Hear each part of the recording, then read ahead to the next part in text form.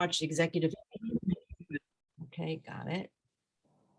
And it's, what time is it? 7:04. So let's start with the roll call. Okay, sorry. Yep. And then Fooling we'll, around with my yep. Sylvia, Here. Bob Bender, Here. Joy Campbell Privateer, Present. Margaret Della, not yet, Rosemary. I'm here. Yes. Here. Oh, Margaret's there. Okay, Rosemary Yeah, I is just there. added. Okay, Rob is here. Ed Green. Here. That's Fan. Bob Fanuzzi. Not yet. David Gelman. Present. Ram Dutt. Present. Ted Morris. Not yet. Chuck Merdler. Not yet. Omar. Nope. Dan. Yes. No, Oh, Omar's Omar. here. Yeah, I'm sorry. I went too quickly. Omar. Dan Paternick. Laura. Of course. Nick. Here. Marty Wolpoff. Julia, I see. Here. Deb Travis. Present. Sergio. Here. Resembles the remark. Okay, okay. Yeah. And back to Dan Paternack, no. Chuck Mertler, no. Ted Morris, no. Bob Fanuzzi, no. Okay. Who is owner? Who is owner? Yeah, that was my question too. And they're gone. Are they gone? No, it's down there. Who is owner? Can we ask them to identify themselves? Well, we don't. We Well, can't. they don't have No, to. okay, they don't They have do to. Okay. They As don't long have as it's not any of the above, right? It's not Bob Right. Fanuzzi, Ted Morris. Okay. Right, right. Okay. Right, they don't need to. Okay, thank you, Rob. So we'll move on to approval of the executive committee minutes of January 5th and also February 8th. They were distributed. Are there any issues?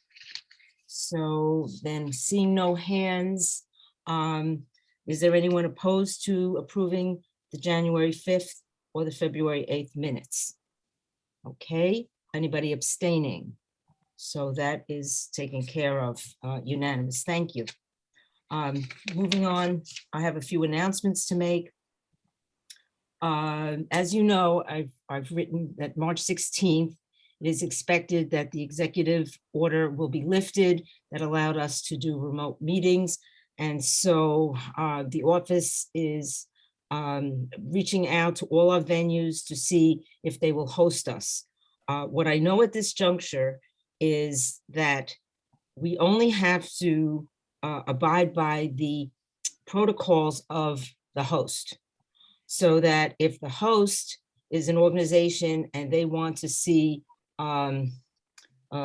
cards, vaccination cards, then if we choose to use that venue, then we have to go by their protocol. Likewise, if they want us to use masks, then we would, regardless of what the state issue is at that juncture on masks or no masks. So that's, I expect we might get more guidance. I haven't heard about spacing. I haven't heard, as it gets closer. But this is what I have now, and I'll keep you informed. And Rob has reached out to the College of Mount St. Vincent. So we're going to have a fixed place for executive committee meetings at the college, which is great, because they can accommodate us. We don't have a lot of public, so we know our number there. And it'll be closer to Riverdale Avenue, where there is parking, won't be all the way down into the campus.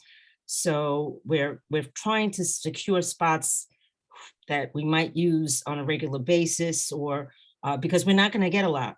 We didn't get a lot of yeses back in August, and so we'll see. And we're doing the best we can.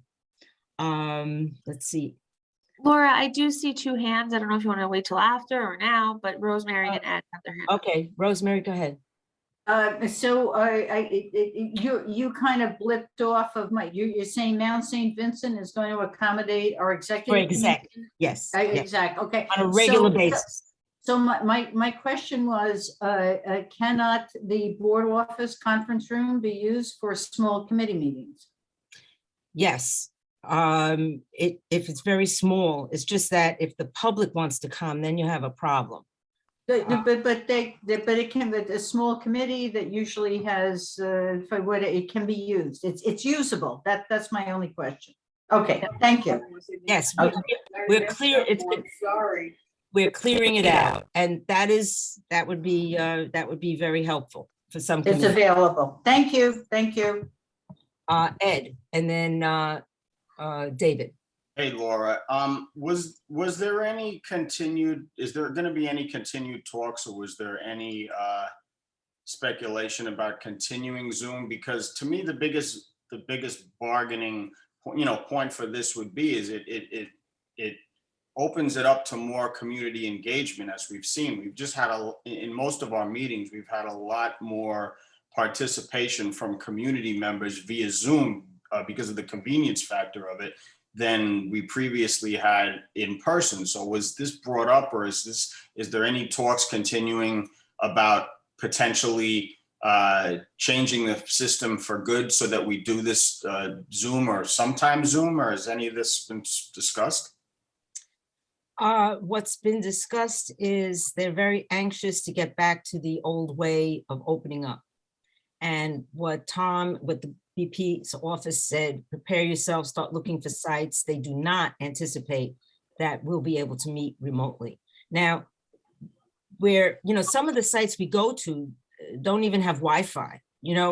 Like people are looking, and Kira's investigating what might be done for the public, not for the board members. We physically have to be there, but we're not at that stage yet. But I mean, that would be great if we could figure out a way for the public to be able to Zoom in. But as I said, it's Wi-Fi is not at all these sites, and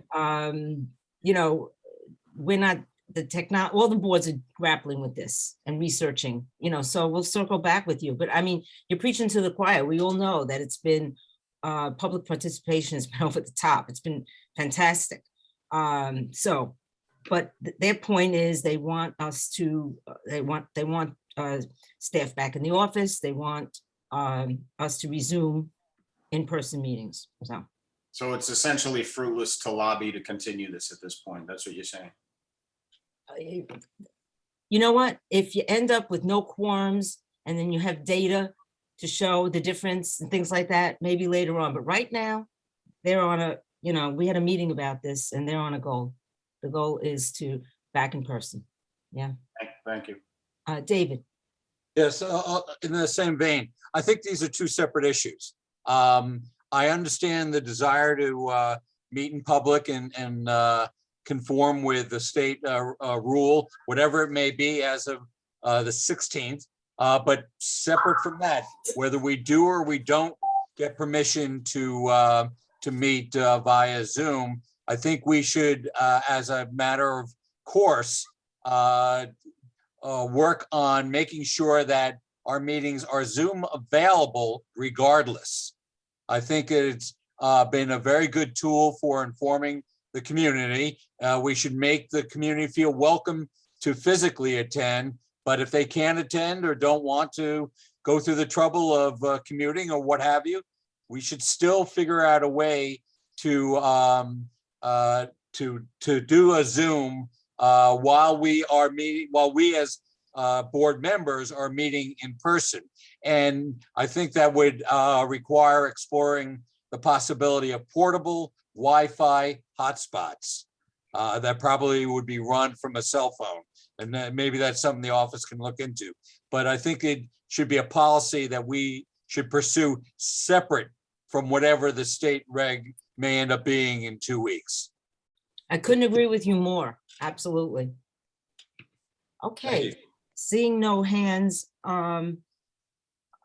Okay, on the trainings, the VP let us know that sexual harassment training will commence shortly. But we will be able to complete the exercise from our home computers like we did the last time. So that is very good. And then the board's office will send us a certificate that we've completed it, and then that certificate goes to Kira. So they expect that to happen shortly. But they're also looking at diversity training along the lines of the EEO training that's currently used in the city. And they're not there yet, but because they, right now, when you use it, you have a city email. And so they're trying to adapt that system for others. And so that's, that's coming down the road. Any questions about that? Okay, Rosemary. Rosemary? Yes, when you say diversity training, you mean the borough president wants us, or this is the mayor wants us? Which is diversity training comes from whom, the borough president or the mayor? I'm not sure. They come from, they're citywide from DCAS. Yeah, well, you know what he did now that you mentioned it, he said DCAS is working on getting it, available to us. So it's the But mayor. I'm not, Okay. yeah. I believe, I don't want to misspeak, Rosemary, but I believe it's from the mayor, but happy to look into it, get back to Okay, you. no, it's just, okay, thank you. Thank Diversity you. on top of harassment training? Yes. Yes, Wow. But the good news is that you don't have to go into an office or something, we should be able to do this from our home computers. And for those board members without computers or issues with computers, we'll coordinate something to help you. Okay, seeing no hands, I'll move on to, did everybody get to read the expose from the New York Times on Monday about AAPCI? Yes. Yeah, it was incredible. I'll just tell you a little backstory. Last Thursday, the reporter, Amy Julia, who had done many investigative pieces in the past, she wrote the board office asking for the tape from the October meeting. And we informed her that we also have a tape from the December meeting because they also came to the land use. She wanted the tapes where Department of Homeless Services had been on. So we sent her both tapes. I wrote her that we would fully cooperate with anything that she need, let us know. So she didn't call us, so there were no interviews with us. But then Monday, was this big expose. What does this mean? As far as I could tell, it's going to be a very big delay. We had already found out just a few days before that the AAPCI contract had not left the MOCS, Mayor's Office of Contract Services, had not gone to the controller's office yet. And so we were relieved to hear that. Now I don't know, I believe because of this investigation, it's going to be a lot longer if they're going line by line. Now, some of the things that the article said, such as the nepotism issues, as of April 1st, the answer was the brother will not be there anymore as chief financial officer or this or that. But this more serious thing, the way I saw it, I don't know what you saw, but was using your family as a consultant and, that paying your family as a consultant for that organization. I think that's a much heftier thing, and DOI is looking into it. Now, just coincidentally, I wrote a letter to DOI asking for them to investigate the contract because of all the issues that this board has had with the process, with the system, with the lack of transparency, and all the other issues that we had. And I felt, and I quoted that woman, Amy Julia's article, the fact that the pay scale over $500,000, and issues and things like that. So we'll see what happens with this. Anybody have any other, comments? You read the article? I mean, the timing was very critical for us right now with 6661 Broadway. Rosemary. Okay, it's on the topic, but maybe a little off the topic. I spent an entire day down there reading this bloody contract. Yes. My hand was a claw for almost 3 days because I had to handwrite everything. I delivered to you a tremendous amount of information on what the board of directors can be, what the exceptions are. You've got to read what I wrote. It is twisted around to no end. You're not allowed to do that except unless it's unbelievable the way this contract is constructed. I'm not going to go into detail now because, to tell you the truth, I forget, but I delivered all that information. You got to read the sections I wrote about the requirements in the contract or lack of requirements about siblings, et cetera, on the board of directors. It's okay. Consultants work. It's all there in the contract, and you get dizzy reading it. But please read it because I read it and wrote it. It's again, sorry. We did the best we could, Rosemary. Kira and I made an appointment with Pulo. We looked at it again. We looked at some of those sections. We came up with something interesting, that this project falls under CEQA, with CEQR. And so the goal here was to get as actively involved with the CEQA and make sure they dot every I and cross every T. And so I reached out to some agencies in the city to find out more about what we can expect from them and demand from them, and that we didn't want an environmental assessment, we wanted an impact. And so I was making a case and getting ready to send that letter, actually. And then I know while they're in this preliminary stage, they're not subject to FOIL, but we are going to FOIL anyway. I'm going to send a FOIL, and I got some language where it would be rolling as far as when they're going to take an action or something like that, or have to submit it again, because you can't get anything.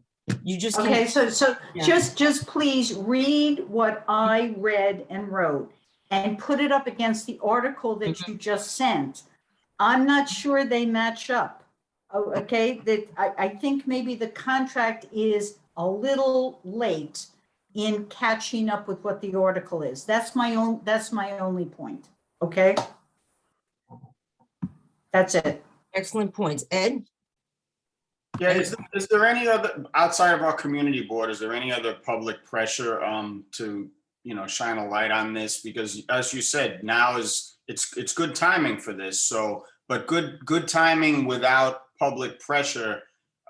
These things tend, they have an investigation and they kind of maybe sweep it under the rug to some degree, and then it doesn't have the impact if it doesn't have the public outrage to go along with it. So other than our board, is there anybody else who's really taking a look at this or really raising the voice? I did write Eric, and I said, what you just said, you strike while the iron is hot on this corruption. And I said, could you go to the appropriate committee on the city council, and they need to hold hearings on the lack of this fiduciary oversight and the and accountability in the city's management of the homeless shelter system. So I did make that suggestion to him. I think it's what we need. There is this corruption. It's just a very easy system when you have this. It's just terrible. And I don't know, I'm wondering whether the Department of Homeless Services will turn around and say, okay, we're just going to give you an action plan and do this, that, and the other thing, and be allowed to keep this group, which would be a shanda, but or if they're going to try to have another group come in. In other words, you always think in terms of us, like, okay, what does this mean for this fight that we're right in the middle of? if they would try to bring in another group, I think it was an open RFP and nobody else applied, I think they said. So they'd have to start all over again with another RFP. Maybe the owner will get tired of waiting for his money until this thing is registered at the controller's office. This, they could be in contract, but there's no sale. So any number of things can happen while things are, percolating here with the Department of Investigation, who's going through line by line on their contracts with their other people. So is that true though? Even if the contract hasn't been registered yet, that doesn't necessarily mean that they can't be spending money on the contract, that they can't be doing work on behalf of the contract. yeah, but then the money might not follow. I think Right. I know, and you know more about this than anybody, Margaret, that when you assume it's coming, with a new contract, you think that they could spend money and assume it's going to follow? I don't know. Yeah, with a new that's how the city of New York operates. How do you think all these nonprofits are operating? It may be different in DHS. But well, they haven't yeah, that's a real possibility. But somebody needs to mute. You ask a very good yeah, that is, if they did receive an initial letter, they could be spending money on it, not necessarily, and then there would be sort of a fight on the city's hands if they're not going to actually pay the spender. I don't think they don't own the property yet that this building is supposed to go on. I think this is, well, you ask a very good question. And I'm not, we'll have to just check and see what the status is and what the possibilities are. Right? What do you think, Margaret? I don't know how DHS operates. Obviously, they have, the focus of this contract is that, they're building this space and that they're going to provide services to whatever extent they're going to provide. But this organization might already be spending money. And if they did receive an initial letter, because that's usually how, at least from my perspective, you get notice that you've been awarded the funding or that you will be awarded the funding. Then you begin the contract process, which is the biggest, beef that nonprofits have, is that the contract process, you might have been notified in July or September that you were awarded a contract, but we're 6-7 months into the fiscal year and you don't actually have the contract, but you have already been spending money on behalf of this contract. So I don't, the contracts that you're referencing, are they already in the controller's office or they're in the mayor's office? They're in Mox? It can be neither. They could be in either. They could be in either. They could be in neither. Like sometimes, like we just had a contract that we got the paperwork a few weeks ago that we started doing work on in July. Once you get notification that you've been awarded, you begin work on it. I got that, but I'm going to write this down. Yeah, so they might have. The question is, I don't know what the city. Right. Have they been awarded an ability to spend money, right? Yeah. We will find out. So if they got a notice, they got a notice from the city that they would be awarded this contract, even though they don't have all the terms of it. Again, I don't know DHS at all. Okay. But if they did get that notification, then they might already be spending money on this contract. Award letter. So it's like an award letter that's pretty official. Yeah. Okay, we just got a new person. Just today, we got our contact at the controller's office. Remember, we had Marielle in the past, and now we have someone new. We have a new controller and new contact. And I think that'll be very helpful too, because in all these places, they have, they've had lapses in personnel. And so didn't know, that's a very good question. I'm glad you raised it. Now I'm really nervous. It's like, okay, I see Rosemary and Julia. Okay, Rosemary. Okay, very, very quickly. The mayor's office of contracts held a hearing. Laura, you were there, right? And November they voted. 16th. And they voted. What did that vote mean? I'm not asking you, but what did that vote mean? Was that as Margaret, not that Margaret's suggesting it, but is it an award of contract? There was a hearing, they voted. What does that vote mean? Number one. Number two, you have a new person at the controller's office. Ask them, is it unusual that you have not gotten a contract that has passed marks? Ask them what's going on. Okay. Oh, yes. Done. Okay, good. No, this is all good. We have Julia. So it has been a very long time since I've done this, so things may have changed. But the answer at least the answer was a decade ago, yes and no. They, with the letter, like the award letter, you were able to then go and negotiate in good faith for the rest of the funding to purchase the building, to enter into negotiations with contractors, to and then if you had, usually your agency had to have a certain amount invested to win like you had to have a certain amount liquid or a certain amount accessible to you to be eligible for the contract. If you were willing to invest that until you got paid, there was nothing stopping you from doing that. So if they haven't purchased the building yet, I don't know that they've hired people or anything, because they don't know how long it would take to get that, the purchasing of the building, and those negotiations used to happen first.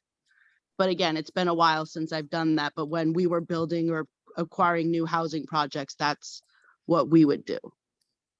Okay, so the questions that what I'm seeing is what did the Mox vote mean? There was a hearing, something, you're right, it was passed. What did that mean? Do they have an award letter? What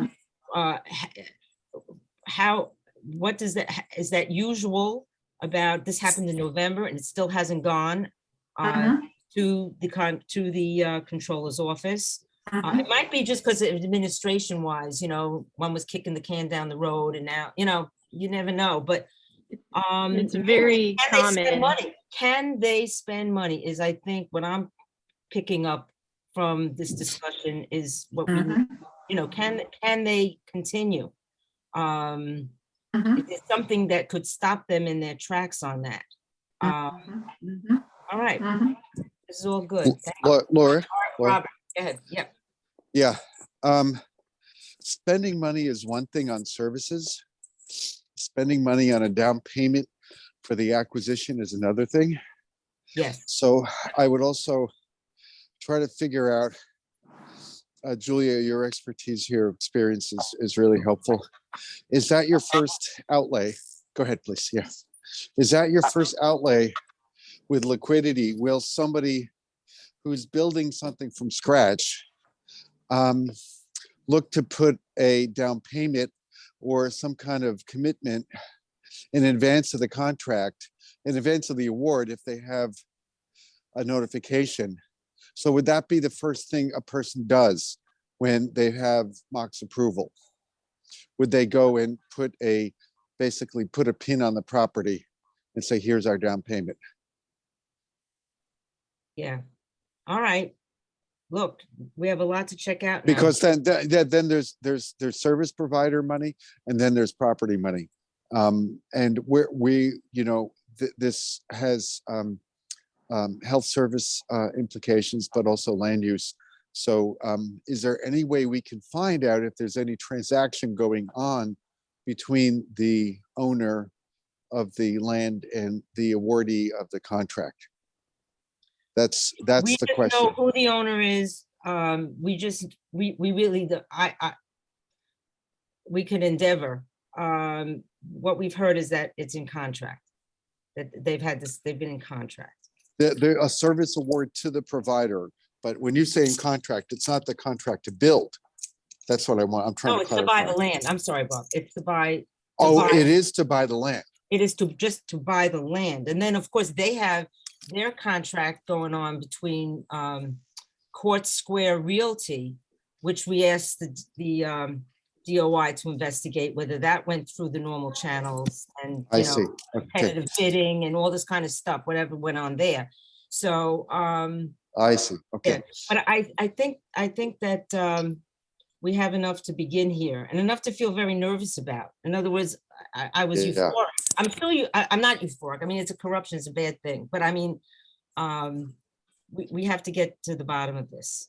So, I see, Julia, is your hand up from before? Or you have No, more? I wanted to add one more Sure, thing that sure. housing used to do that might throw a wrinkle in it. Is Uh-oh. that if they do not have the money themselves to purchase or build the building, they can go through a third party. That third party would then own the building and get the tax credits until the agency could pay them back. interesting. Yeah, and that article So might that would be a little incentivize that. Yes. It can be a little difficult to figure out where they are. Like I ran a building that was owned Right. by a tax credit company that was Enterprise. They paid for the building of the building. We were responsible for the management, but we were basically Right, buying it right. back from them. And Got until we did, they got all the tax breaks for owning a low income building. Julia, a situation like this where the service provider, the future owner, is under a microscope may actually incentivize them to go faster rather than slow down, if you know what I mean. So they can get shovel in the ground. Right. And it's for that piece is not an uncommon practice because Yeah, the service provider may have the assets to cover it from other projects, but they don't have it in liquid to put it down on a new project. if that Understood, makes sense. understood. Yeah, thank you. Okay, let's, Laura, can I just add one last quick thing? I did, one other question you should ask also is if all these scenarios, would any discovered improprieties make some of these arrangements null and void if they are binding, in fact, at this point? If any discovered improprieties would cancel out any of these so-called binding agreements? right, in which case, they may have to start, somebody else would have to start an RFP all over again. Yeah, there's a lot of questions, and these are really, really good questions, and I appreciate it. I think that we'll bring this up some more in, you know, in land use and in other, you know, committees and venues, and I'll be calling you up to ask, you know, more advice as this goes on, but we have a lot to chew on right now with this, for sure. So thank you all for your suggestions. Okay, I just want to move on. My last item is New Legacy Studios at 6048 Riverdale Avenue, exotic land, right around the corner at 466 West 261st Street. Many complaints. The problem is that you had an illegal club operating this New Legacy. They didn't have a liquor license. They were serving, put it this way, Kira has been very thorough in reaching out to the fire department, the police department, the sheriff's office, SLA, you name it. And we did have a tour that included Father McCarthy from St. Margaret's Church, because this club is right there, and the 5-0 and representatives from Assemblyman Dinowitz, Councilman Dinowitz, Ed was there, public safety, a few others. As we were outside of the venue, people were stopping in cars, you know, what are you gonna do? You gotta close this place. So let me just say, Kira and I met with the landlord yesterday, or was it the day before? I have no sense of time. Yeah, it was yesterday. And there is nothing in this establishment's lease that allows them to have any of these events. And he was shocked and very upset. And, you know, we gave him the Facebook posts and all that showed what was going on. He's going to deal with that. Okay, so we have very supportive landlord, and we'll see what happens there. But we continue with the agencies. Then the smoke shop around the corner, they have taped up their hookah, vaping, and other parts of their sign, and they have Bart Simpson.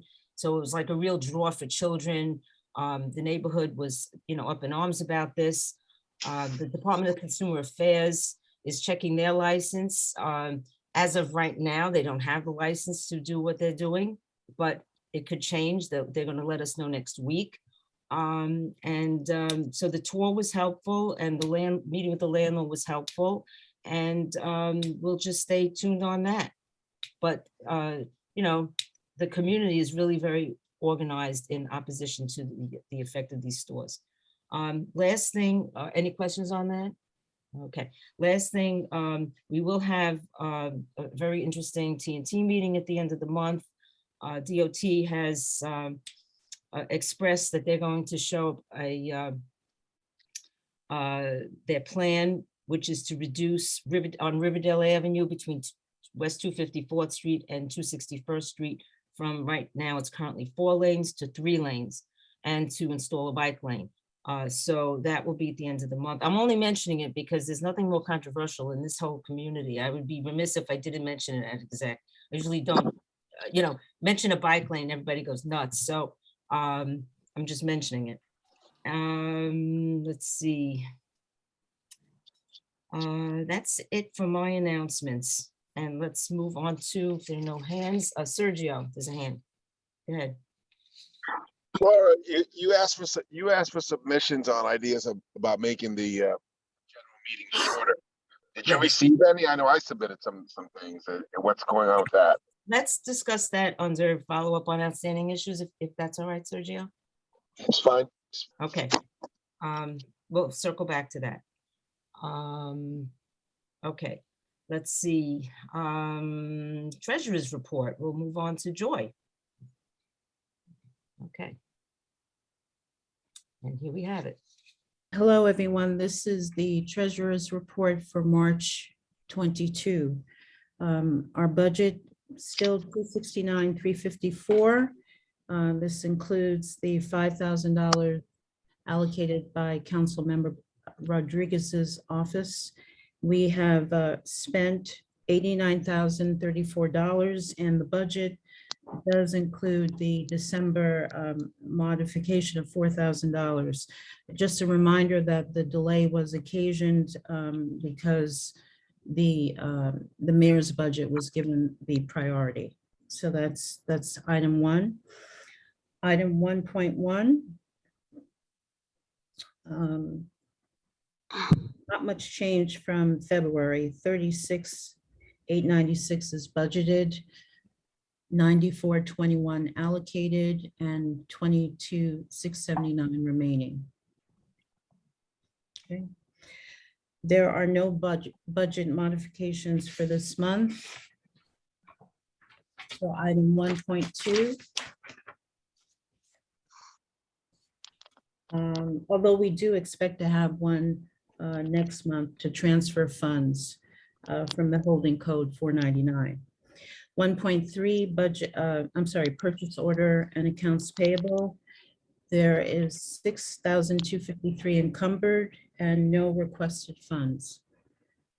And finally, for 1.4, rent and energy separately provided by the city and unchanged from February's budget.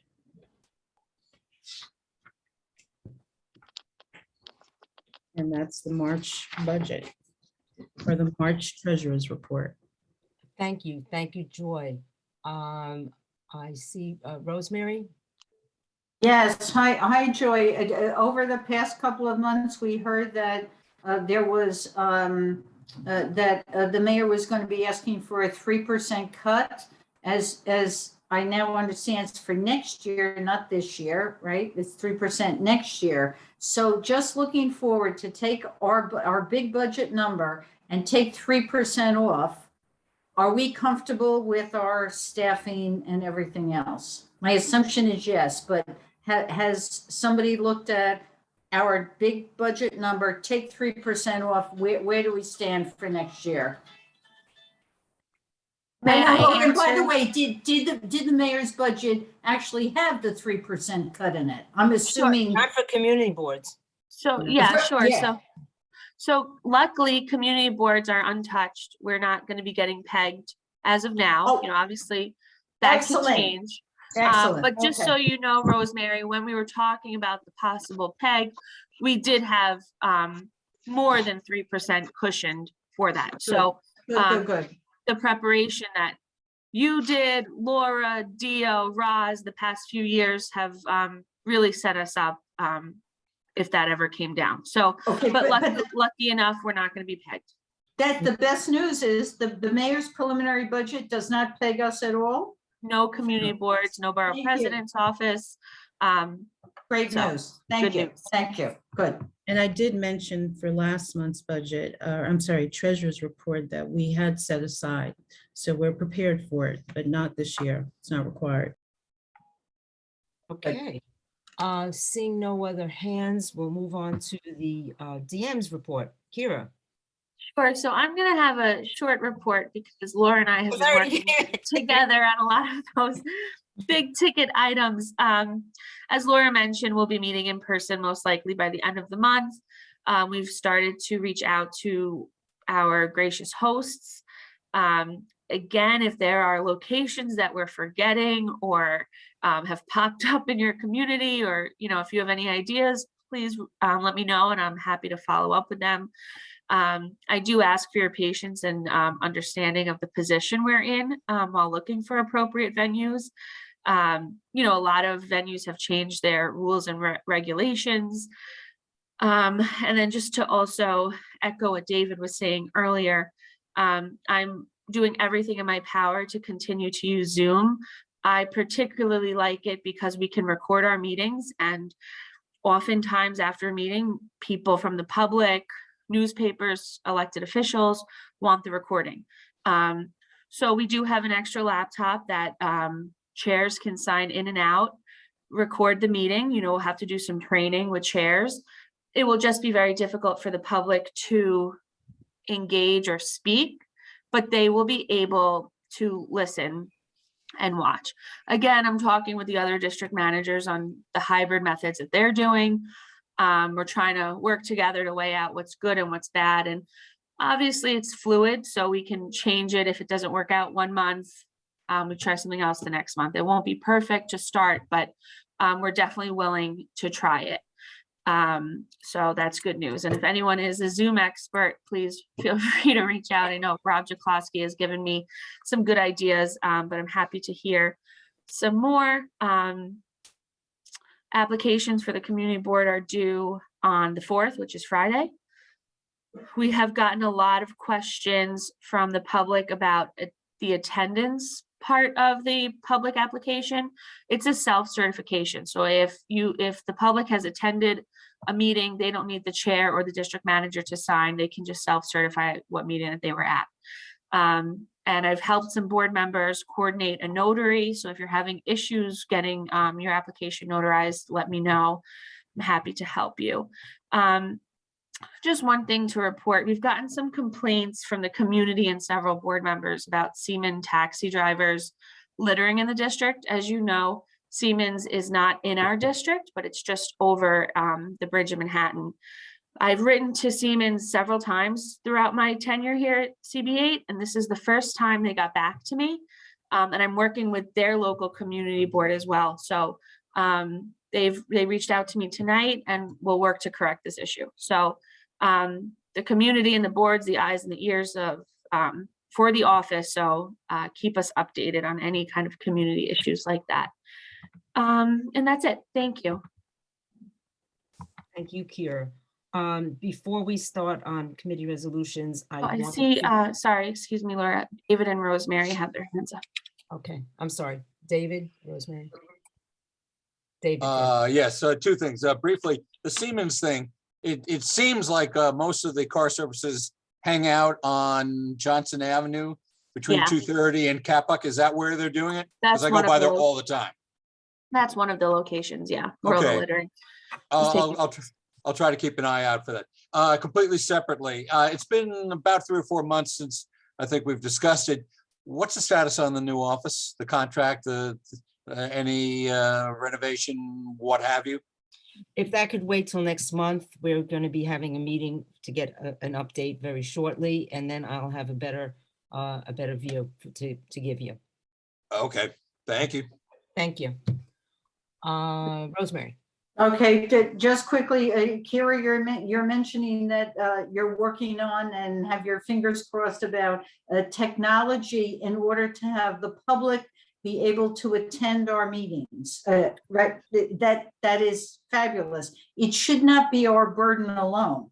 This should be the entire borough and the entire city, but it's going to take money to do the technology required to do it. And as we're doing our budget stuff, I think we should go to the borough president and say the borough president should apply for funding so that all community boards have the money to do the technology to do what you want to do, Kira and Laura. So I that's all I couldn't have to agree. say. I could not agree more. And you'll remember when you were chair, this was an issue, the Manhattan Borough President pre-pandemic paid for all Yes. community board meetings to be televised. Yep. Right now, one of the community boards is able to afford that, but the rest of us cannot. And for us, it's hard. Even if we could afford it, our venues are all different. It's not like we meet at one place. Correct. A company can come in and set up. So it is something that the district managers have lobbied the borough president on. But it's something, I like your idea of the budget request. It's something we'll need moving forward. Thank you. Okay, Thank good. you. Good luck. Thanks. Before we start on our resolutions, I want to just welcome Sashi, who is the new reporter from the Riverdale Press. Welcome aboard. He's going to be attending all of our executive committee meetings. I meant to introduce him at the very beginning, but then got so caught up in the passion of the meeting that I forgot. So welcome, Sashi. He introduced himself to me earlier. Yeah. Hi guys, thanks. I don't want to take up y'all's time, but Okay. nice to meet you all. Yeah. All right, so now we'll move on. We don't have too many resolutions, committee resolutions. We start with, what do you want to start with, Karen? I'll do public safety because it's just right here. Hold on.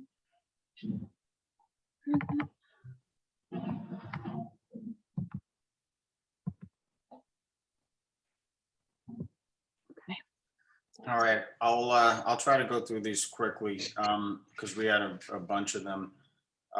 We had Welcome to the Family Coffee Shop located at 219 West 230th Street for wine, beer, and cider renewal.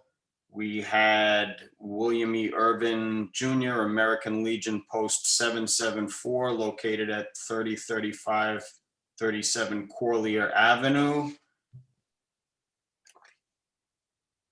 That was for a full liquor license renewal. We also had a full liquor license renewal for Riverdale Diner at 3657 Kingsbridge Avenue.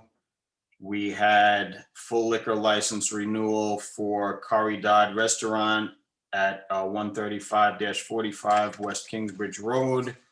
We had a method of change operation, and the method of change operation was to extend the hours of operation to 4 a.m. and add live music from Magools Inc., which is at 6697 Broadway.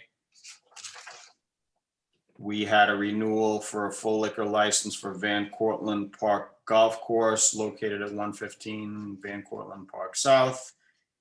And we had a renewal for wine, beer, and cider for Monomore Coffee and Wine Inc., which is located at 234 West 238th Street.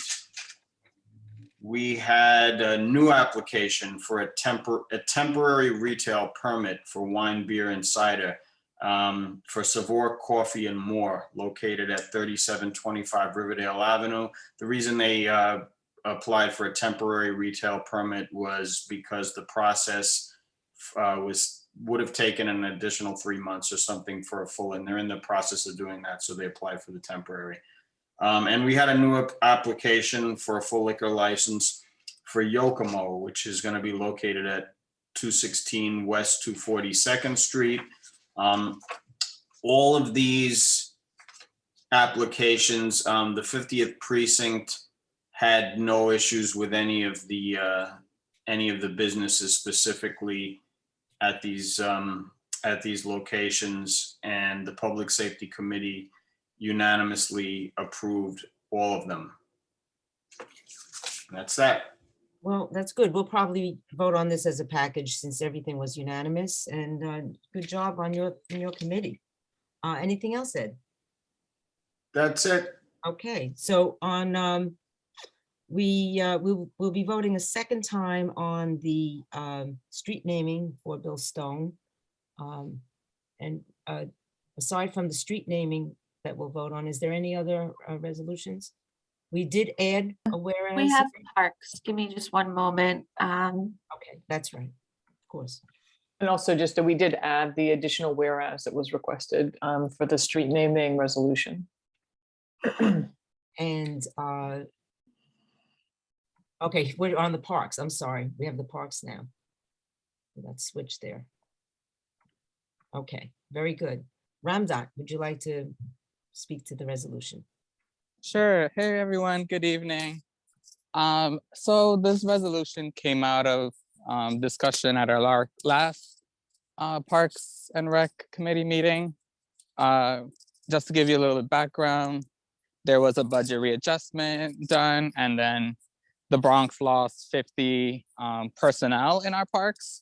So that was before, you know, the proposed or preliminary budget by the mayor. And I do apologize if there's background noise. I literally just got back from snow tubing with my kids, so I'm literally walking home, sorry. So the Mayor Adams has issued his preliminary budget, which let me get the number for you. It pretty much only allocates 0.5% of the overall city budget to parks. And we all voiced some concern because we know that parks has played such an important role during this pandemic, giving us all access to a green space. And we know that with inadequate budget, the parks cannot be maintained. And this is where we're going to get more operating or capital budget or expense budgets because, the parks aren't maintained in a way that can keep them running. So the committee decided that we should draft up a resolution calling on Mayor Adams to hold him accountable to his campaign promise of allocating 1% of the city budget to the Parks and Recreation Department, and also calling on our city council member, Eric Benowitz, who is on the Parks Committee, to also, be in favor of it, but also hold the mayor accountable as well. And all 5 borough presidents are in favor of this 1% allocation. So this is a resolution just making sure that our parks are funded properly and ensuring that they have the resources in order to continue serving the public in such a high need area, and making sure that there's equitable distribution of services and resources across our parks. This is excellent resolution. I'd like any comments on the resolution? I have a comment on, I can't see the resolution, but on the presentation. Okay. Wait, you know what? I'm sorry, Sergio, what did you say? I do have a question. Okay, go ahead, because I lost my mouse. Now I'm back and I see 2 hands. Okay. Sorry about that. No, that's fine. Go So ahead, Sergio, and then Marty and Rosemary, okay? Ron, that you said we lost 50 people from 50 lines, personnel lines from the Bronx? Yeah, that number, Stephanie Ulrich, who is our parks manager and part of Vancouver Island Park Alliance, mentioned that we lost 50 personnel from the Bronx with the budget adjustment. Do we know, now proportionally, has that happened to every single borough equally? That I'll have to check on. I don't have that information in front of me. Yeah, As I recall, it was 370 citywide. Thanks, David. And for context, it sounded like from Stephanie that no one was laid off. So that it was, the assumption was that these were seasonal workers that were roles that were cut. So they're not hiring for seasonal people. It's gonna be done. Yeah, go ahead, sorry. No. Sergio, if you're done, we'll move on to. I'm Marty done, thank you. Rosemary. Thank you, I'm done, yes. Thanks, Sergio. And Marty? Go ahead, Marty. Thank you. I have nothing against this resolution in principle or content. It's my concern that in the past years, we've had a policy which basically said, I mean, this is one resolution and 5 more committees will come back either at the board meeting or next month saying they got too far. And so if we start getting into a situation where not me, it doesn't bode well for any of these resolutions. So I just asked you to think about that, that's all. Yeah, Marty, just to respond to that, you know, CBA has a lot more parkland than other parts of the Bronx. And I think with the preliminary budget cut, it will impact our community board parks more so than any other part. You know, and that's like, you know, that's why I think the committee wanted this resolution, because they know the impact of this cut on in our backyard. Okay, Rosemary. Oh, okay, just one comment and then a question or two. I mean, just generally, my own personal position is I'm opposed to percentages in the budget that allocate and restrict money for one purpose, no matter how wonderful the purpose is. I will say 1% citywide does not in any way guarantee at all equity for communities or for our community. So that's one of my problems with the 1%, the placebo that everybody is happy with. I just don't like it as a concept. Put that aside, doesn't matter what I think. The 0.5% of the budget was how much, Ramdot? How much money did the mayor put in the budget for parks? Dollar amount.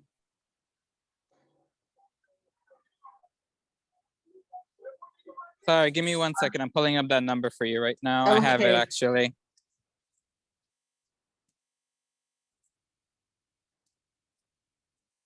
If I can, I believe the figure is a little over $500 million because the total budget was 98 point something billion. Right. So for it to be 0.5%, it would have to be around 500 Okay. million. Okay, think so it's you're slightly backing into the number, that's fine. So you're back into, okay, fine, and it should be $1 billion, okay. And just my last thought is you have in the resolution singled out, and I don't mean that in any derogatory Eric Dinowitz. The purpose of that was, this is just so I understand why Eric is in the resolution as opposed to all of our council members that just. Yeah, thanks, Rosemary. So Eric is on the Parks Committee, which when the budget, you know, when the city council will be advocating for its budget, and, you know, from its committees, we hope that the council member will, you know, increase the parks. Okay, okay, so budget. so that's the reason. That's so the reason is, okay. Yeah, so Councilmember De La Rosa is not on the Parks Committee, and Councilmember Sanchez is not on the Parks Committee as well. You know, so yeah, go ahead, sorry. Okay, so now I understand why you have him in there, because he's on the Parks Committee, and I would just suggest that our council member Sanchez is on the Finance Committee, which is more important for the budget than the Parks Committee. So I would suggest that you put her on too, because the Finance Committee is the committee that sits and listens to budget testimony, okay? So I would suggest that it's more than Eric Dinowitz, it should be Pierina Sanchez. Okay, thanks for that point. And thank you. I'm done.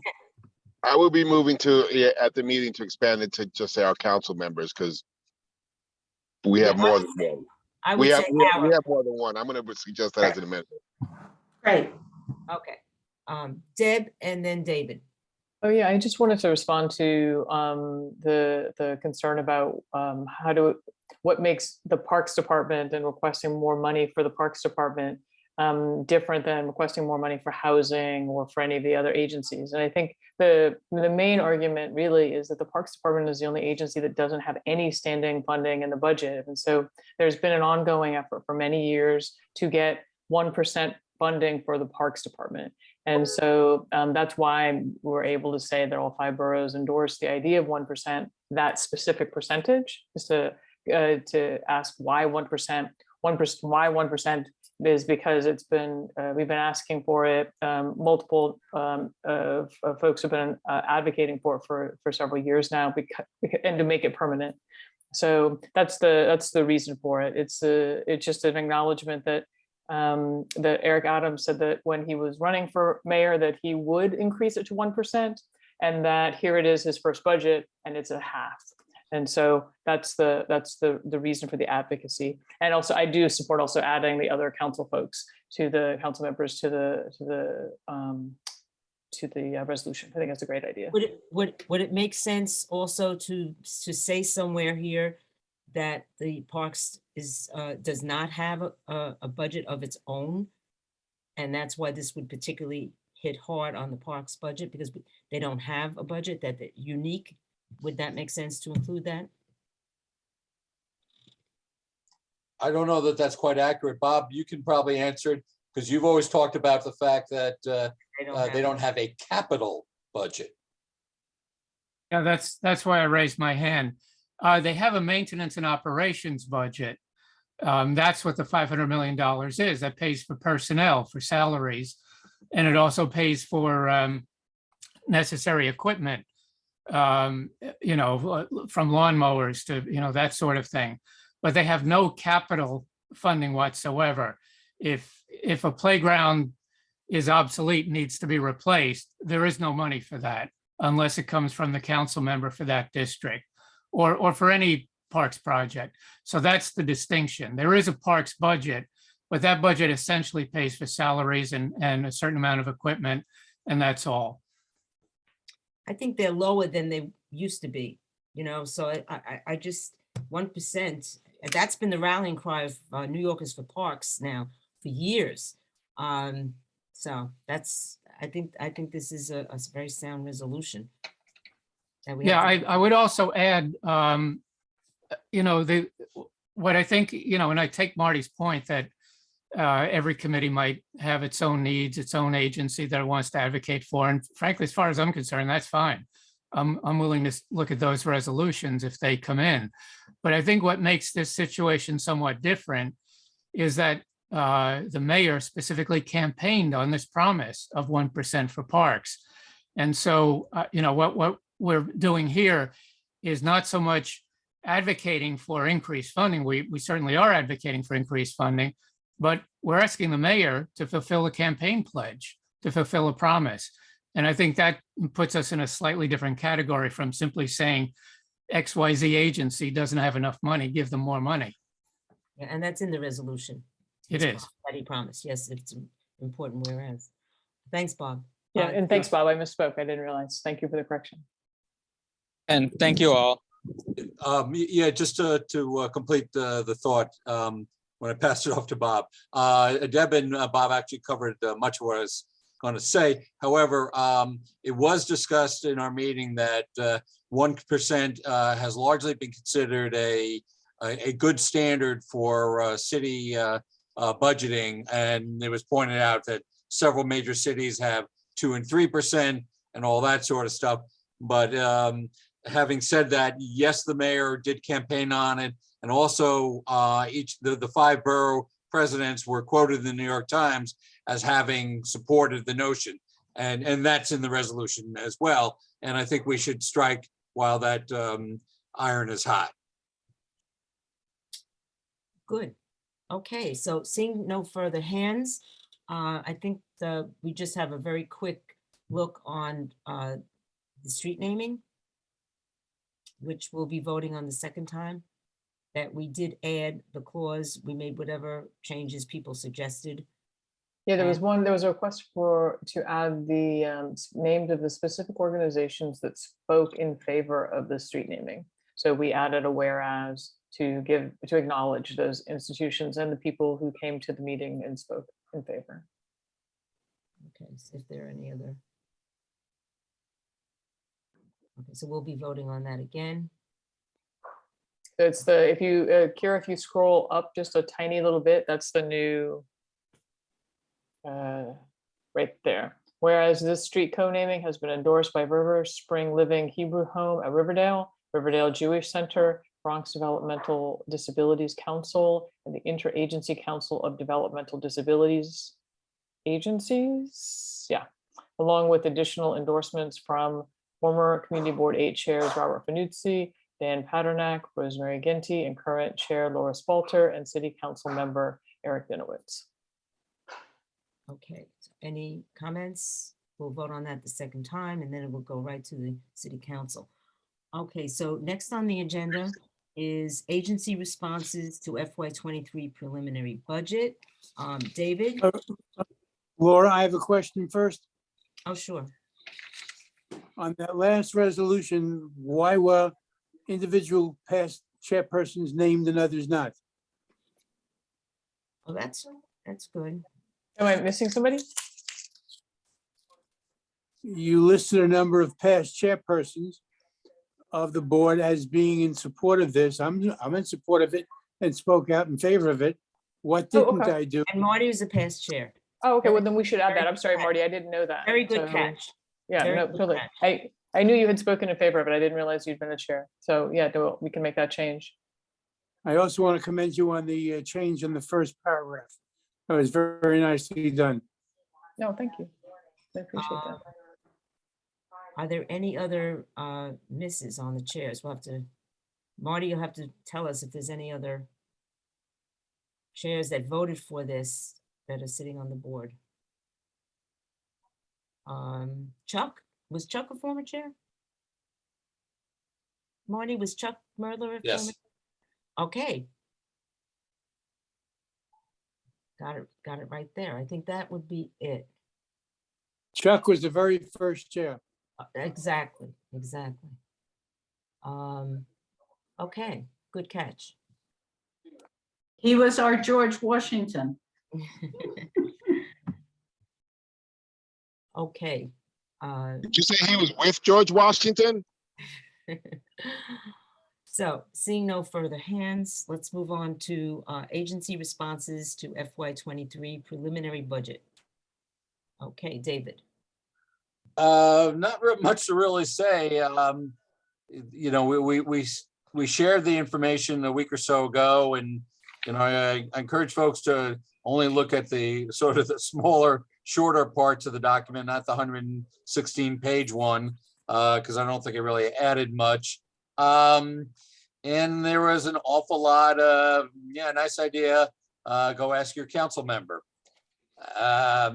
which is not uncommon, but it felt like it was more so this year. You know, and I'll talk about 24 in a few minutes, but any particular comments that folks have or things that they were truly surprised by?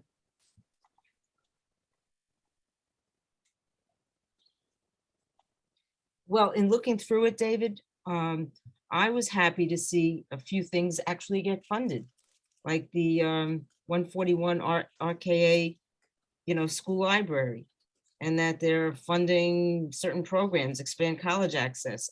You know, looking through it, installation of security cameras in subways done, you know, a few things that most of it, like you said, is dim, very dim. More information is needed, all that. But there were a few things that they said are taken care of. So I think the subway part was outside of our cycle. But it doesn't matter, it's getting done. It's in there. It's in this. But anyway, we have a public hearing on at the March Tuesday. meeting. Please come at 6:30. And we'll see if agencies will come and speak. We'll do some reaching out. Hey, I see Bob Panuzzi's hands up. Yeah, there was some good news in this 2023 about composting. And you know, our committee and community board has been a citywide leader in supporting funding. Just so you know, the expansion of the program is going to sunset, but our particular district service is not touched. And in fact, you may still recruit new members in our by demand sign-up sheet. So we are spared a cut in compost, curbside compost pickup. In fact, it's still open for new registrants. Okay, I think we put something like that in the newsletter as well. We're still reaching out, put that on social media that you can still sign up for compost. Important. Seeing no hands, David, anything else you wanted to? Well, yeah, I just wanted to talk about the 24 budget, since we're in the neighborhood. I sent out a list, a couple of attachments as templates for each of the standing committee chairs to use as the basis for putting together your fiscal year 24 capital budget requests and expense budget requests, and to prioritize them. I encourage you to use them and integrate your current, your coming year thoughts into them and turn them around to your committee members this week so that they will be prepared to come back to you at your March meetings and that you can discuss them and create a preliminary prioritization for your fiscal 24 submissions. And that next month you finalize those two lists and get them back to the office by April 20th. Okay, thank you, David. Any questions for David? Okay. Oh, by the way, if you have any questions at all about how to use the form and the Excel spreadsheet and all that sort of stuff, please don't hesitate to give me a call or send me an email. The office can help you as well, but I'll be glad to take on the task personally if you'd like. Feel free to call. So, Laura, as I had mentioned to you, we're definitely going to be trying to bridge some request priorities, especially with parks and TNT coming from the ENS side, to deal with flood mitigation and stormwater management. So we made a good start on that. And I just wanted to thank Sergio for putting the DEP maintenance issues of the reservoir front and center through his 311 calls. And that's definitely going to be making it into our budget where it has been in the past, but it seems like it's not working. So Sergio, thank you very much. And our requests have always been for DEP maintenance to be upgraded within the reservoir fencing. And it looks like we have to move that one up a little bit. So thanks a lot for your stewardship with that. You know what? I noticed in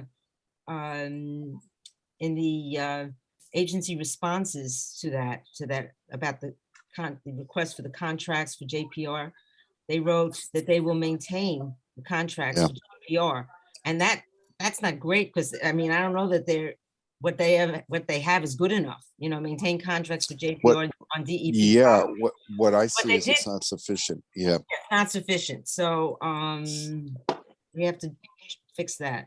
Increase. Yep. Yeah. So thank you, Sergio. So we're finished with committee resolutions. Before we begin committee members' issues for discussion, I just want to congratulate Julia and the youth committee.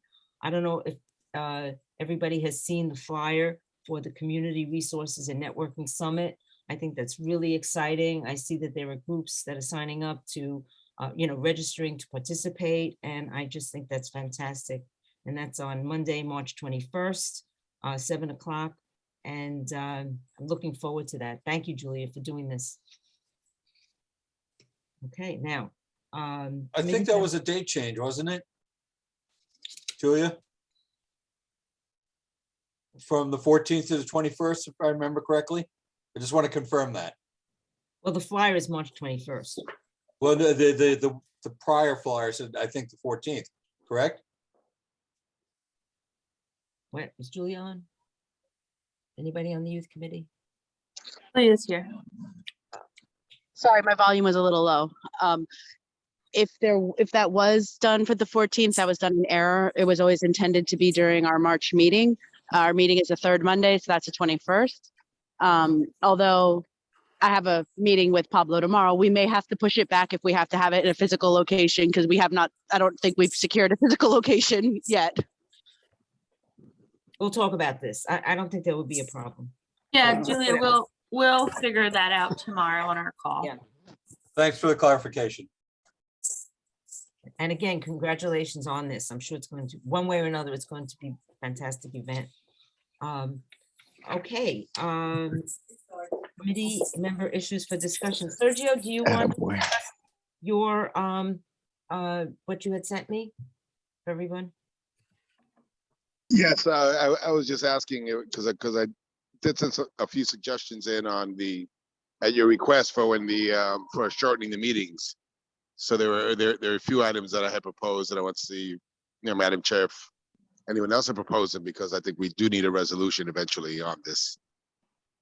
I just think, I don't know about a resolution, but I'm sorry, I did get back to you saying I would get back to you, and then I'm sorry I didn't. If you want to discuss it with the exec committee, that's fine now.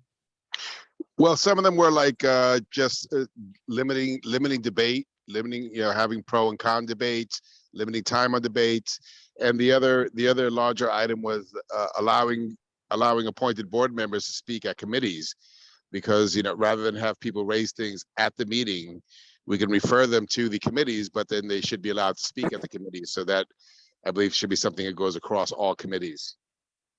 Right, I remember seeing those, and I remember one, Sergio, that said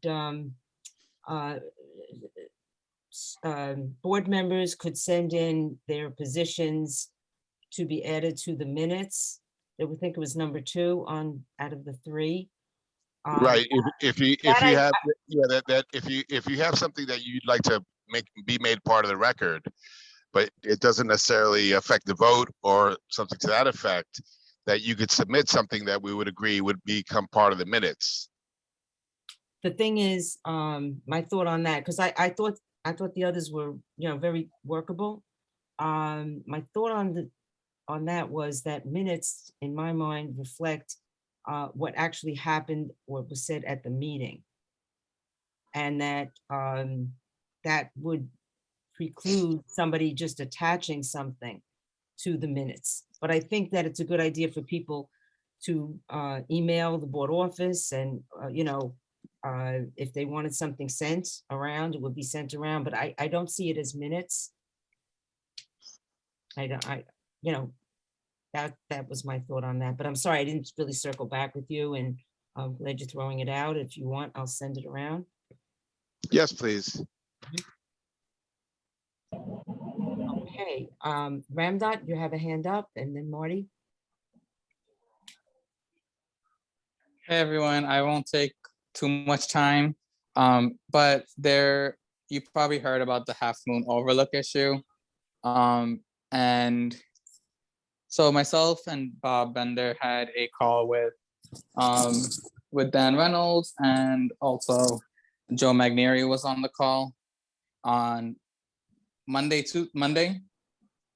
However, Dan Reynolds mentioned that the stewards of Spine Dival Parks group are protesting on the fact that Parks is dragging their feet. Well, they believe Parks are dragging their feet on the issue of Victor working in Half Moon Overlook without, any training and so on and so forth.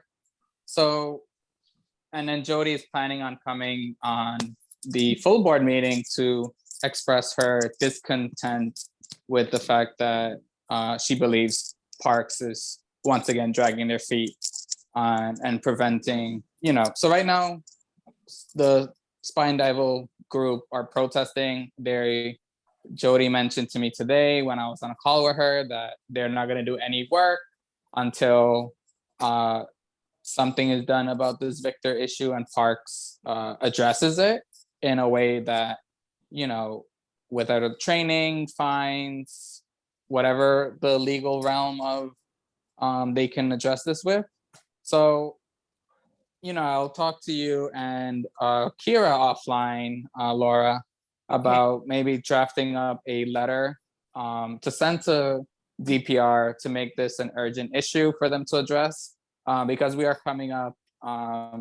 There's an issue raising where the parks groups are going to start pushing back on the fact that DPR isn't necessarily bringing either legal action or any action against Victor for his unsolicited help in Half Moon Overlook. Okay, for the Kira has written to the Parks Department extensively and will continue to. So yes, let's have a call. And just so that Half Moon Overlook is a Forever Wild Park. This individual, without any permission, is pruning and cutting down and cutting back and clearing areas and just some people like it, but he has no permission to do it. There's a process, there's a protocol to do work in a park as part of a group, and it's approved. So all the rules are being broken here, and they're quite agitated. And let's continue to discuss how. Lord, let me just be clear on one thing. Yeah. He's not authorized, but moreover, he's inviting people to hop the fence and go into the park, and it's extremely dangerous. There are no fences leading to a 20-foot drop to a concrete platform. People could die. I'm sorry to interrupt.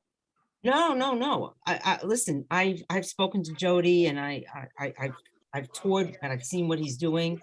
It's wrong. I don't understand the lack of response. I don't understand it, but I know that we are communicating with the Parks Department on it, and we'll continue to. Laura, Marty? I'm sorry, I don't mean to jump ahead of Rosemary and Marty, but I did want to speak to this issue as well. It's not that Parks has been unresponsive. They have, in fact, had PEP officers at Parks where Victor said that he was going to be doing work. He's active on social media, and then he doesn't show up. So they've had a difficult time, trying to get the PEP officers there when he's there, so that the PEP officers can confront him and say, look, you can't do this, you have to leave. They're well aware of the situation. What came out of our conversation on Monday that Ramdat mentioned is that he is very active on social media, and the Parks Department is going to monitor him on social media and make clear whenever he posts something about an activity that the activity is unauthorized. He's also been doing fundraising around these activities, and the Parks Department is going to be very clear that the fundraising is unauthorized. So, it's not an easy issue. And I won't say anything about parks groups that want to boycott, how that's a solution is beyond me, but but the Parks Department is acutely aware of the problem. And, we're in communication with them, as you said, Laura. And, we're hopeful that we can do something about this, but he is a danger to the community, specifically at Half Moon. And the Parks Department has actually locked that park. The lock was broken, and they have now welded it shut so that nobody can get in there. So, I do want to be clear that we haven't found the solution yet, but the Parks Department is looking for it and is trying to come up with a solution. They're not being unresponsive. Thank you for Thanks for that the clarification. That's helpful. Yes. Okay, Marty, Rosemary, go ahead. Marty. He's muted. Marty's muted. Marty? I will Yeah, confirm. I'm using my iPad because I can't get into my computer. I screwed up, I'm locked out. I have to figure out how to get in. Just going back to Sergio's point, I did hope that the LRE meeting last month would have addressed this, but there was a problem of communication. This month, we're going to be looking at potential rules for the board to consider about all meetings. The question that was raised about the amount of time being spent and trying to curtail that time is one of those issues we'll be looking at. And certainly Sergio's comments would be part of the agenda to look at. And anyone who'd like to attend on March 14th is welcome as for one of the last opportunities to go to a Zoom meeting.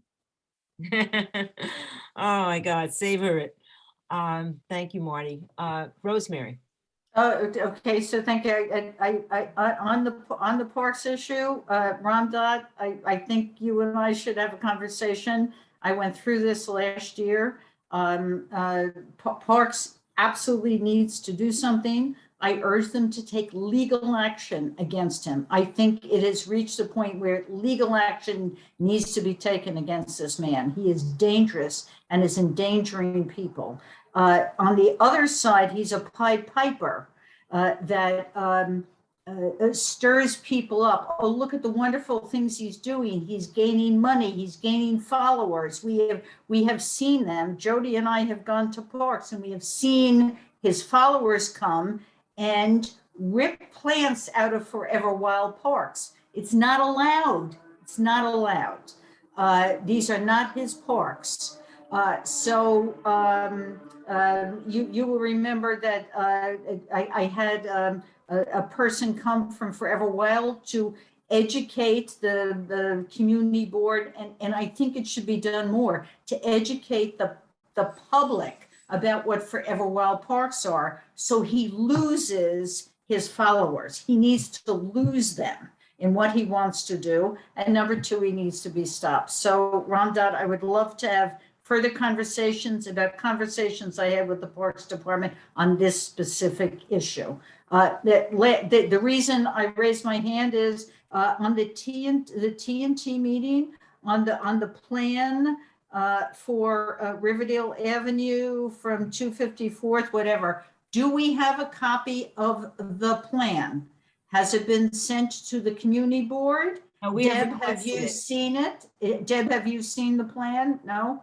Nope, we've not received a copy of it. Laura, I know you've been kind of trying to get more detail, correct? Yeah, no, I asked for it. If they could send us the plan in advance. They have not. They have not. They have not. So when No, it we are does, asking, yes. when it does come in, I would suggest that it be sent to whoever wants to see it, maybe the whole community board or the whatever. So none of us, the plan exists, but none of us have seen it. We've requested it. Yeah, but- you know, okay, we just got this, we just had this conversation. Understood. And I but will but- add, under the new state law, if we were to get the plan, it would need to be posted on our website 24 hours before the meeting. Okay. And we No, would share it in addition to that. They might 24 hours is not, if it exists, we should get it as soon as it Yeah, of exists. course. We've asked several times.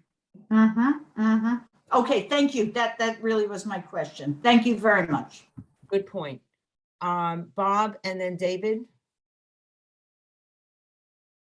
I don't know if Laura, you're. I think we finished the discussion of the errant Pied Piper in the park, and I just wanted to add that he is pulling up native plants that were planted by parks and also illegally fundraising.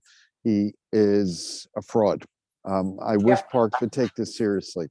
This is this is criminal activity, what he's doing. Yes. David. Yeah, I just want to note, my understanding is that the fundraising he's been doing has largely been from the developer at the Bradley Terrace building at Villa Rosa Bonheur, who, you know, is clearly not a friend of ours. No. And I wonder if we should consider sending that developer a letter saying, please be aware that Victor is in no way authorized to do any work within the Half Moon Overlook. And please stop David, I think don't the know if issue that's is that a crossing a private, line or not, but I wonder if But- we should consider that. a private party, a developer is funding community-based activity outside the public system. This is heinous in a lot of ways. Yep. It's self-dealing and it's illegal. They No, I cannot be using understand that. All I'm saying private is funds. He And, may not be aware that Victor does not represent that which he claims to represent. Well, I think the Parks Department and DOI should be notified that a developer is funding a private person outside Parks Department to make alterations and quote unquote improvements in the park, which include platforms, I understand, for people to do yoga, all kinds of alterations that are outside the scope of work, outside any park's authorization, done so with private funds. I think you're right. The DPR and DOI may be a better avenue. This is a matter for DOI. Okay, lots of facts to clarify here as well. It's we one of the funds, biggest. how much they've given, it's bad. And I think we'll continue work. And I think last comment on this, Deb, on this topic. Yeah, I just wanted to add, just as a person who runs a park group myself, that I think a lot of folks don't understand, that it's not always easy to tell who runs a park group and which park groups are legitimate. And that because we're not all 501c3s. And that a lot of folks also just don't know how much work goes into just bureaucratically, administratively, keeping yourself aligned with the Parks Department when you have an authorized group. And Absolutely. And so I think both of those things, it's very possible that the developer has no idea that Victor is not participating in all of the administrative stuff and is not authorized by Partnership for Parks, which is the agency that you would be, working with. So, it might be helpful for him to know that. And then it also might be helpful. It's an opportunity for the broader public to know that there's an opportunity for people to participate and make their own parks groups and how to do it and what that looks like. And the one that has a relationship with partnerships is Friends of Spite and Dival. And we should be promoting the ones that work within, naming the ones for those who are interested in improving their parks through a parks group. Here are the ones that have a relationship with Partnership for Parks. Here they are. I mean, we should be informing people. A real parks group does have a relationship with the Parks Department, works with the Parks Department, not illegally like this. This is really, yeah. And more than that, and more than that, we have to request permits. We have to go through special training. We have to submit outcome reports after every single job. So every Saturday, I'm requesting permits and I'm sending outcomes, and there's a lot of that stuff that goes into it. So I can understand also, just to Jody's point, why she's so frustrated that she doesn't want to do those things. Like it's frustrating to do them and to know that other people are not. So, but this is an opportunity to remind our listeners. Let me just move on. But we should be naming the ones that do have approval. So if people want to make a difference, here's where to go. We have not the this. Parks Resource Guide, and maybe we'll update. I'm talking about in social media. When you're talking about an advisory, in your advisory that this is not approved, you have to say, if you do want to contribute, here is the one that is approved. That's all. Okay, yeah. Sylvia, your hand is up. Maybe she's muted. She's muted. Sylvia? Okay. I have three questions arising out of my committee. I don't know if you want to hear that right now, because most of the items that you have are more broad minded. But one of them is, Laura, have you gotten any response from SCA on the letter about the environmental review and the input of the community board in that issue?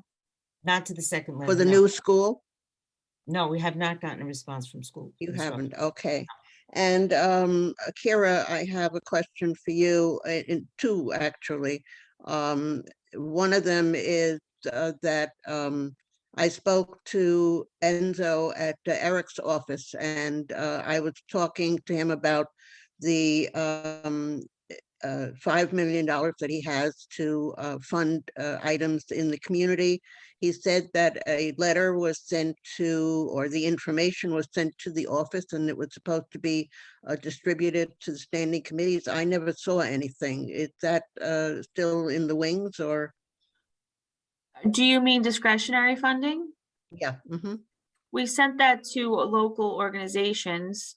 I Not the didn't. community board. No, because committees can't apply, but I can send it to you now if you'd like. Why couldn't committees, he gave us money for the education issues. Why is this money different? Well, maybe I'm unclear, but we sent it to schools, community organizations, libraries. I apologize for not sending it to committee chairs.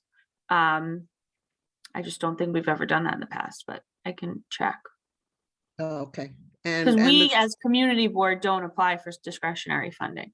So we send it out to our, local community groups who can apply and post on social media and such. We'll circle back with Enzo on that. I question that because, well, anyway, and the third Sure, thing, and I'll follow up with you, Sylvia, individually. Yeah, at my meeting, there was a parent of PS 360 who is, that's a school where a child was killed on the sidewalk after dismissal many years ago. They put in speed bumps. He says they put them in the wrong place. Now they have a street where the speed bumps are being destroyed by motorcycles and electric bikes and such. And he wanted it fixed. Somebody told him to come to education, which he had a 311 number and everything. Did he get in touch with the community board? Because that's what I told him to do. No, that issue never came to us, and we never told him to go to education. I didn't say you did. If he, reaches out to us, I'm happy to look into it for him. Do you have his name or anything? I can. Yes, I do. Okay, so why don't you give me a call tomorrow and I can get that info from you. Okay, thank you. I'm done. Okay, Bob Fanuzzi? Yeah, Laura, thank you. Yep. I just wanted to relay issue that's in our minutes and from our last meeting about the commercial dumping and abandoned car situation around JPR. So Kira, because of our meeting that we really shone a light on that, and Kira and Laura and Deb actually collaborated in getting was it a van or a bus, Deb, taken away that next day right after our meeting? But we were told by van, yeah, we were told by, so of course we say we want more enforcement. And we were told by sanitation that, apropos of Sylvia's comment, that council districts will fund security cameras and that they are monitored by sanitation. And we haven't decided to go forward with that. I definitely just wanted to share this information with the whole group and also ask if there are any other security cameras in our district that are used by sanitation for this purpose before we go forward. Does anybody have any background on this?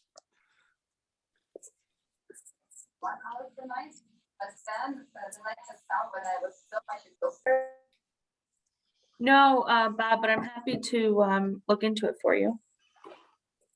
If it's been used in other areas for sanitation, of course, we have used them in Marble Hill and other areas for security. It's a little different, and I am not a surveillance person, so I just wanted to make sure that we knew some cost and benefits from experience before we moved to request this. Thank Okay. you. Thanks for Got it. any input anybody has. Thanks. Okay, seeing no further hands, no further business, do I hear a motion to adjourn? Motion to adjourn. A second? Second, Well, I Have want we to, taken attendance? yes. We took attendance at the very beginning. Yeah, and those committee members who joined You after came in late, we attendance, got you. We got you. Rob and I noted you. Yep, okay. So I want to thank everybody for very thoughtful discussion tonight, very helpful, and I wish everybody a good night. We'll see you next week, okay? Right.